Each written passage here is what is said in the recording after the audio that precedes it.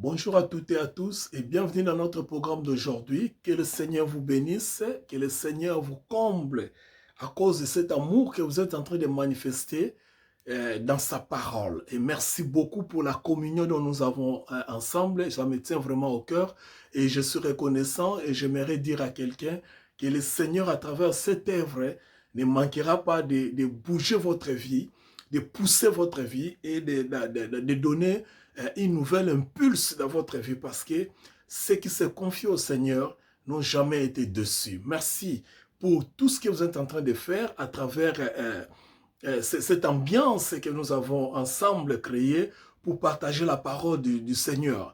Et surtout, merci pour votre contribution, la façon dont vous êtes en train de partager les messages, la façon dont vous êtes en train d'interagir, la façon dont vous êtes en train de nous écrire. Ça nous tient au cœur et nous voyons que nous estimons heureux de faire cette œuvre ensemble avec vous. Que le Seigneur vous bénisse. Alors aujourd'hui, nous allons continuer notre étude sur les 7 dispensations et nous allons parler de la deuxième alliance qui est la deuxième dispensation qui est la dispensation de la conscience ou de la responsabilité morale. Seigneur, nous te disons merci pour ces beaux cadres, ces beaux moments que tu nous fais grâce chaque fois de nous rencontrer avec les bien-aimés à travers les réseaux sociaux pour parler de ta part. Nous sommes en train d'étudier ta parole, ce que tu as préparé pour nous, pour l'humanité, ce que tu as voulu que nous puissions savoir à travers les Écritures. Je bénis mon frère et ma soeur qui est en train de me suivre et je prie, Seigneur, que par ta grâce, que ces moments soient un moment de révélation, un moment de joie, de paix et de bénédiction. Que seul ton nom soit glorifié parmi nous, au nom de Jésus-Christ. Amen. Alléluia. Alors, bien-aimés, aujourd'hui, nous allons lire Genèse chapitre 4 parce que nous sommes en train d'évoluer pour essayer de gagner le temps. Genèse chapitre 4, nous allons lire la parole du Seigneur du 1er au 7e verset et nous allons voir comment nous pouvons expliquer ce que le Seigneur nous a inspiré à travers son esprit. Lisons la Bible.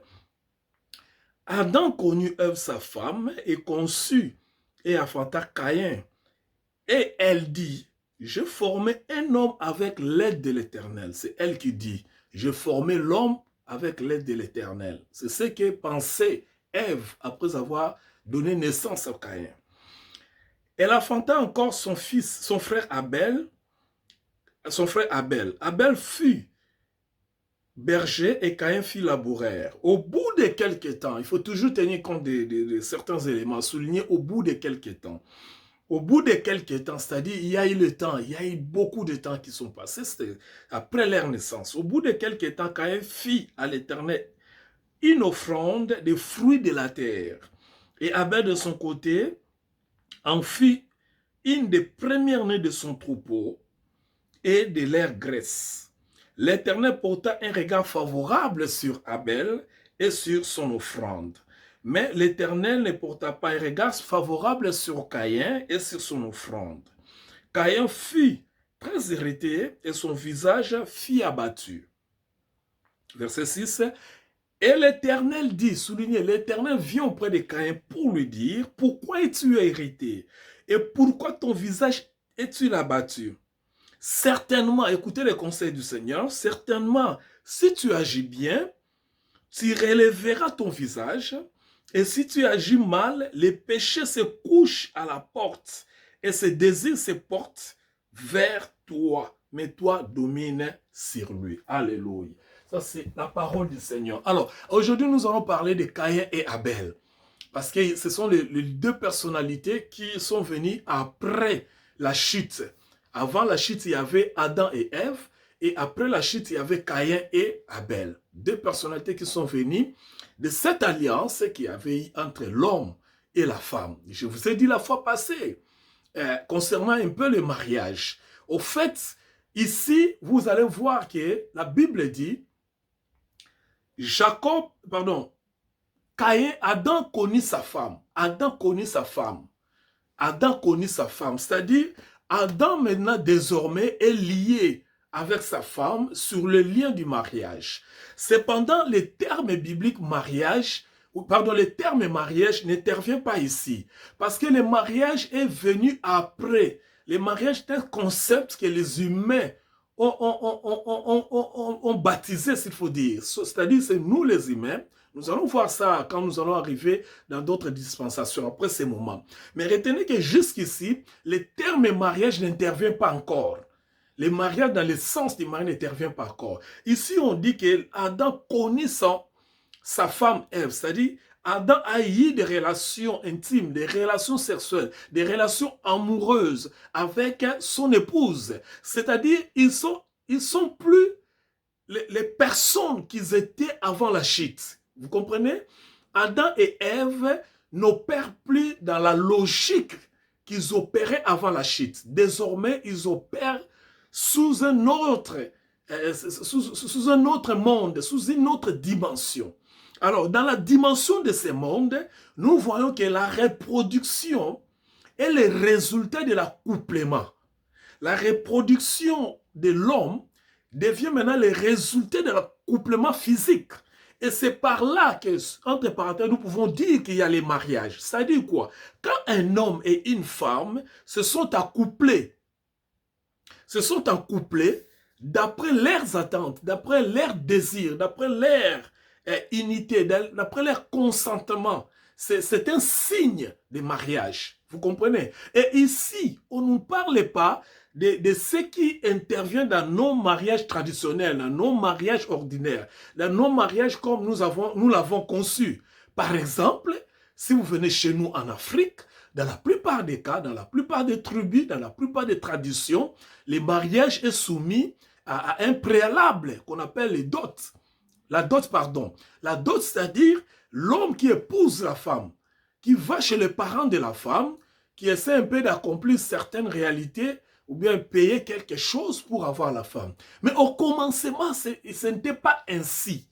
Vous comprenez? Alors, quand vous allez, par exemple, la plupart des Asiatiques, je parle des Coréens, je parle des Indiens. Chez eux, c'est le contraire. C'est la femme qui dote l'homme. Donc, ce qui veut dire que les histoires de mariage, ce sont des histoires liées aux traditions, aux rites et coutumes. Ce n'est pas les histoires liées au plan initial de Dieu. Vous comprenez? J'attends beaucoup plus les gens dire que les mariages, Nzamba a établi ça, que les mariages, Nzamba ça. Non, Dieu n'a pas établi les mariages au commencement tel que nous les pratiquons aujourd'hui. Vous voyez? Parce que Adam et Ève se sont connus, babandi vit ensemble, babandi vit à bamarier, babandi vit à kobota. C'est-à-dire, baza déjà moi si na mobile.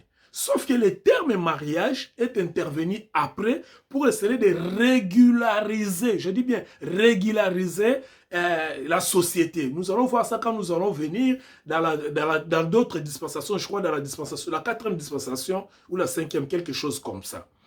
Alors, qu'est-ce que nous voulons dire ici? Adam et Ève ont commencé à reproduire. Après avoir quitté l'endroit de l'Éden, l'environnement de l'Éden, ils sont venus sur la terre, ils ont commencé à vivre. Donc la vie sur la terre est différente de la vie qu'ils auraient menée dans l'autre ciel, dans l'autre jardin.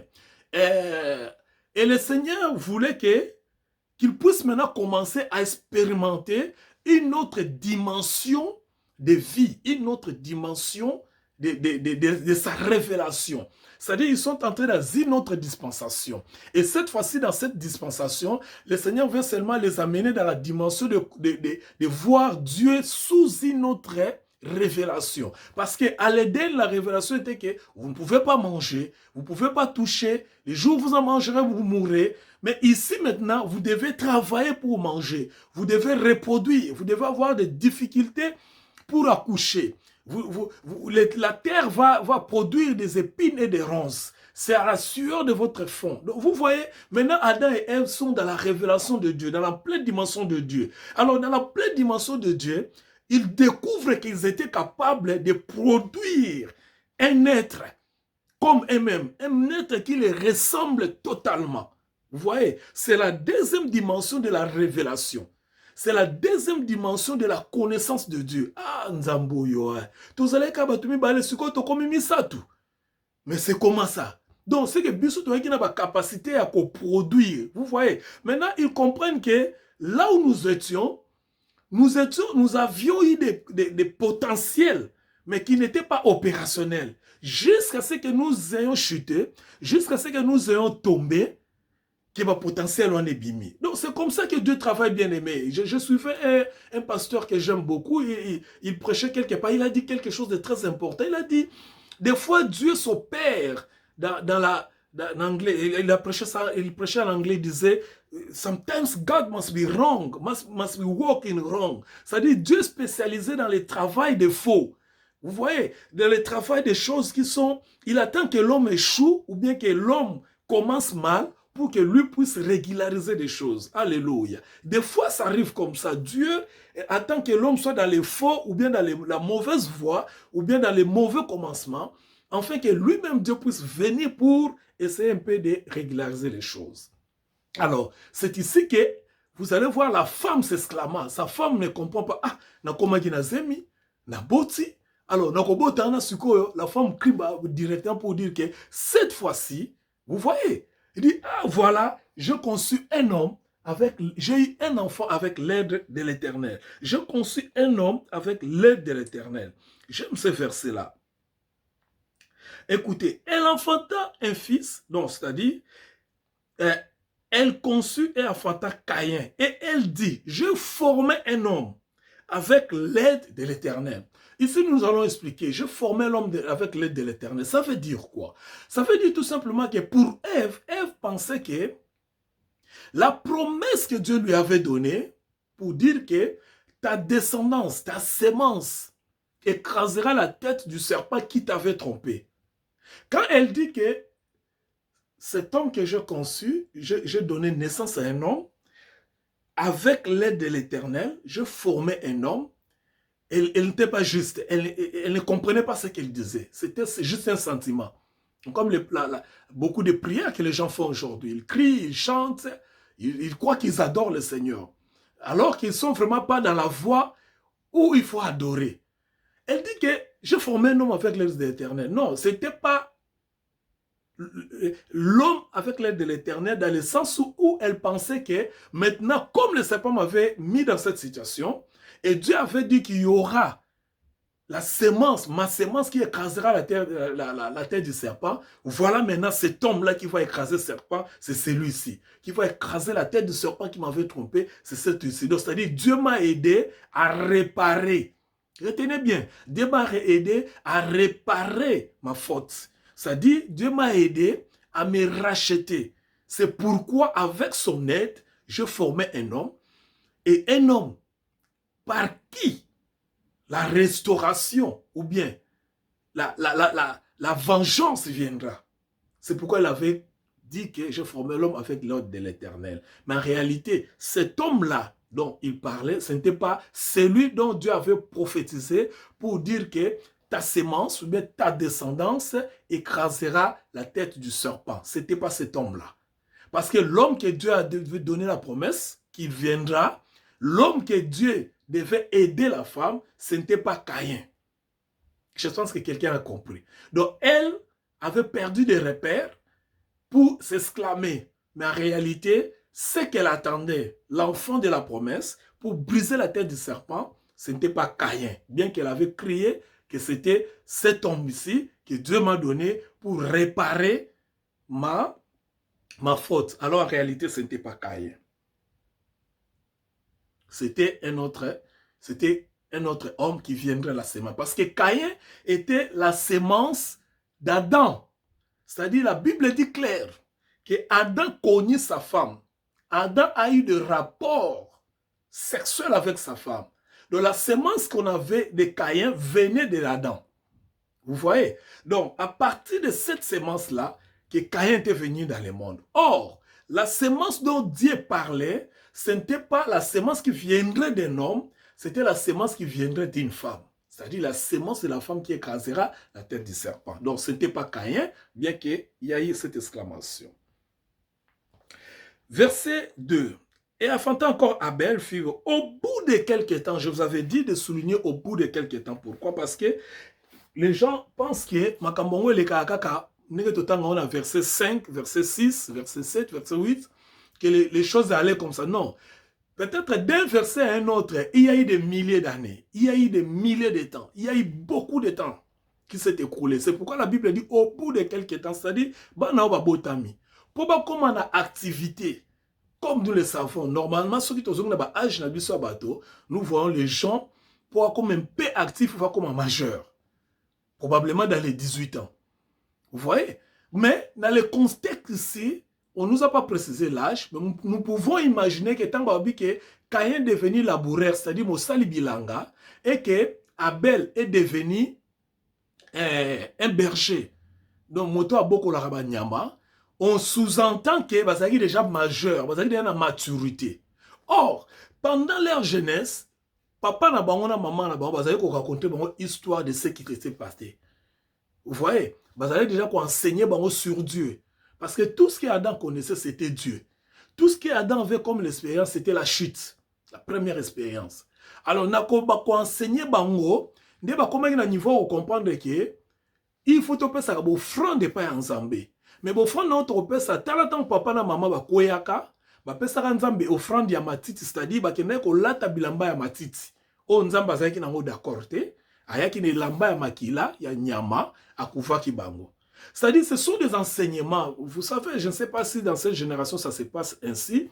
Nous qui avons grandi il y a longtemps avec nos parents, il n'y a pas beaucoup de papa va obéir à ma solo, mboka na bangonde bazala ki nga maman nga zai papa nga zai ki boy, famille na biso ki boy. Il y avait un peu en quelque sorte ma solo na zai ko beta malelo bien que na bi comme un peu difficile parce que le monde évolue na ndenge na ngo pe bato bakota na logique wana. Alors, na masolo bazali papa zali ko beta la bana masolo tango skoro ba ah biso tozala na mboka moko boy tozala na biso boy tozala bo même kolomo nyoka yaki asala ki boy to koya ki mena ko koya wana to kimaki to bomba na nzambe to kuvraka matiti mais nzambe tanga ya longol biso matiti ache biso o ezali bilamba ya banyama. C'est ce qui a fait que tozoki mwa mawa ya koya ko vanda awa lelo to bota bino tango nyoso bolinga boke pa nzambe bokendaka na matiti te me bokendaka na makila ya nyama. C'est-à-dire, il y avait déjà cette approche-là que les parents avaient intériorisé par comment approcher Dieu pour l'offrir et pour l'adorer. Malheureusement, Caïn n'avait pas compris le vrai sens. Il y a adoration, le vrai sens. Il y a offrande qu'il pouvait offrir à Dieu. Voilà la raison pour laquelle Caïn était parti pour essayer de faire la même chose qu'avaient fait ses parents. C'est-à-dire quoi? Comme melanzambe ba fruit ya matiti tope ya bilanga. Souvenez-vous que Caïn, son travail, la Bible dit qu'il était laboureur, c'est-à-dire azaki moto bilanga. Il n'avait rien d'autre à offrir. Parce que eloko azaki nango yango nde muta pesaka. Peut-être tu diras pourquoi Nzambe akoka ko boya alors que c'est tout ce qu'il avait. Oui, c'est tout ce qu'il avait, mais cela ne dépendait pas offrande olinga ko pesa pa nzambe ezalaki ko dépendre te na oya azali na yango mais ezalaki ko dépendre na oya yebi sur nzambe. Vous voyez, c'est ce que les gens sont en train aujourd'hui de faire, hein? Nzambe azolinga établir vie, style de vie, ala sabango style de vie ndenge boko vivre. Ça dit pour na vivre na ngai tala na se référer na bino na dimension oyo. Mais mutu siko azolinga azokanisa que ce qu'il a lui, les biens matériels, c'est ce qui va lui permettre d'approcher Nzambe. Ce qu'il a lui, l'adoration, la belle voix qu'il a pour chanter, c'est ce qui va lui approcher de Dieu. Il croit peut-être que non, ngane na terre kitoko, ngane na zaboye, et loko ngana zaro yangonde ko approcher ngai na Nzambe. Bien aimé dans le Seigneur, c'est ça l'introduction, bien le début de la religion. C'est-à-dire, Dieu avait refusé l'offrande de Caïn parce que Caïn n'avait pas assimilé, n'avait pas maîtrisé la raison. Pardon, la leçon.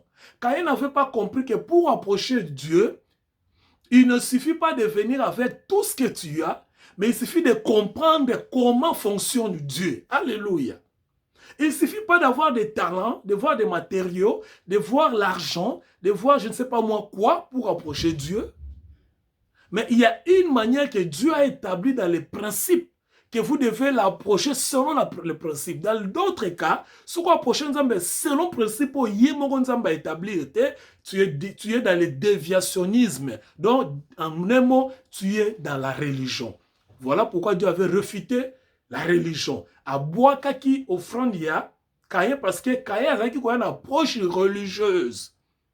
Ozomona approche religieuse c'est que ngai nde nazokenda nzambe na o na ndenge na nga parce que na o naza nango naza lelo mususu te na ndenge na nga. Donc voilà un peu ce qui s'est passé et la raison que Dieu avait refusé l'offrande de Caïn. Donc